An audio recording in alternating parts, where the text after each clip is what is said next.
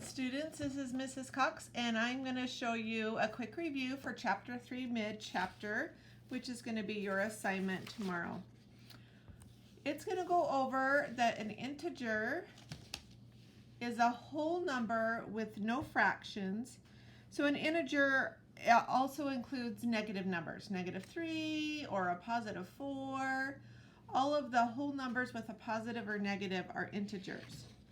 The next one is a rational number, and it includes fractions and decimals.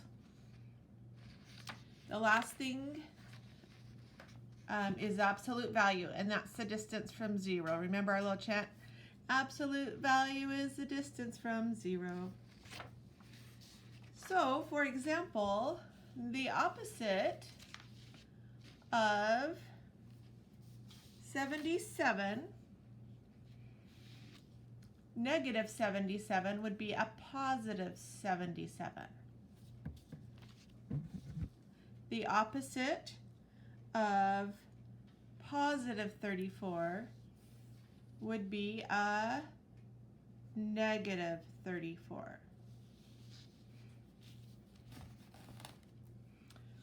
If the temperature is 6 degrees below 0, we would represent that with a -6. The 0 represents 0 degrees. So if it was 0 degrees here, that 0 would represent 0 degrees temperature-wise. When you are supposed to compare numbers that are positives and negatives, if there's a positive, it always trumps the negative, no matter what the negative is. Well, unless there's an absolute value sign, which we're not dealing with tomorrow. If there's two negatives, you have to remember to kind of flip your brain around. Remember when I told you when we go to the negative side, it's kind of opposite of what we normally think. So, -4 and -6. The further away we go from 0, this is the less side, and the other side going right. Right is greater, left is less. Oh, my cookies are done. All right, so if we go -6 and -4 and we're comparing them, 4 is closer to 0, and so it's greater. -6 is less. So we would put a less than sign in that box.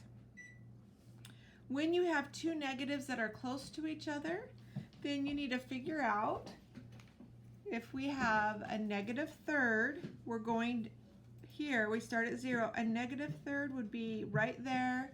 -4th is actually going to be closer to 0. So the -4th is greater than 0. In your assignment tomorrow, well, I guess it'll probably be today by the time you read it, you'll have different numbers least to greatest. Well, if we have one positive and we have two numbers that are negative, what's going to be our greatest number? Our positive. So we can automatically put that in the box.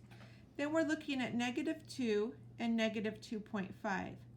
Well, thinking of our number line, here's a -2, and 2.5 would be about right there. Which one is less? Which one would be the least? The -2.5, then the -2, and 7 is our positive, so it's going to be at the top. What if we had them all negative? Then we could plot them all on the number line. -4/5, so that's a little bit more than half, right?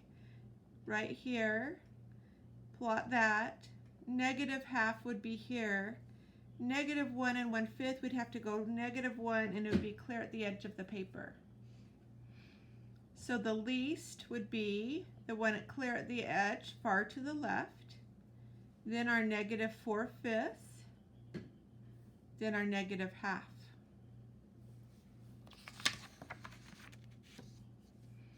Some of the questions you have will be talking about like the depth. So think of like the ocean. Here's your surface of the ocean, and the depth keeps going down.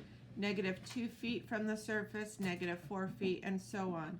So when you get numbers here, you'll want to plot them on a little chart, and then it will say order the deepest to the closest. So the deepest is the one that's far away from the surface, and then you would continue to go up until you get closer to the surface, which would be your last number.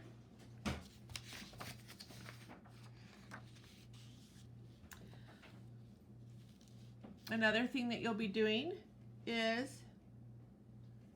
Brandon, not yet. Another thing you're going to be doing is putting positives and negatives. So gain 3, that would be a positive 3. Look at your keyword, gain or lose. Lose would be a negative number, so negative 5, and that would be a positive 3.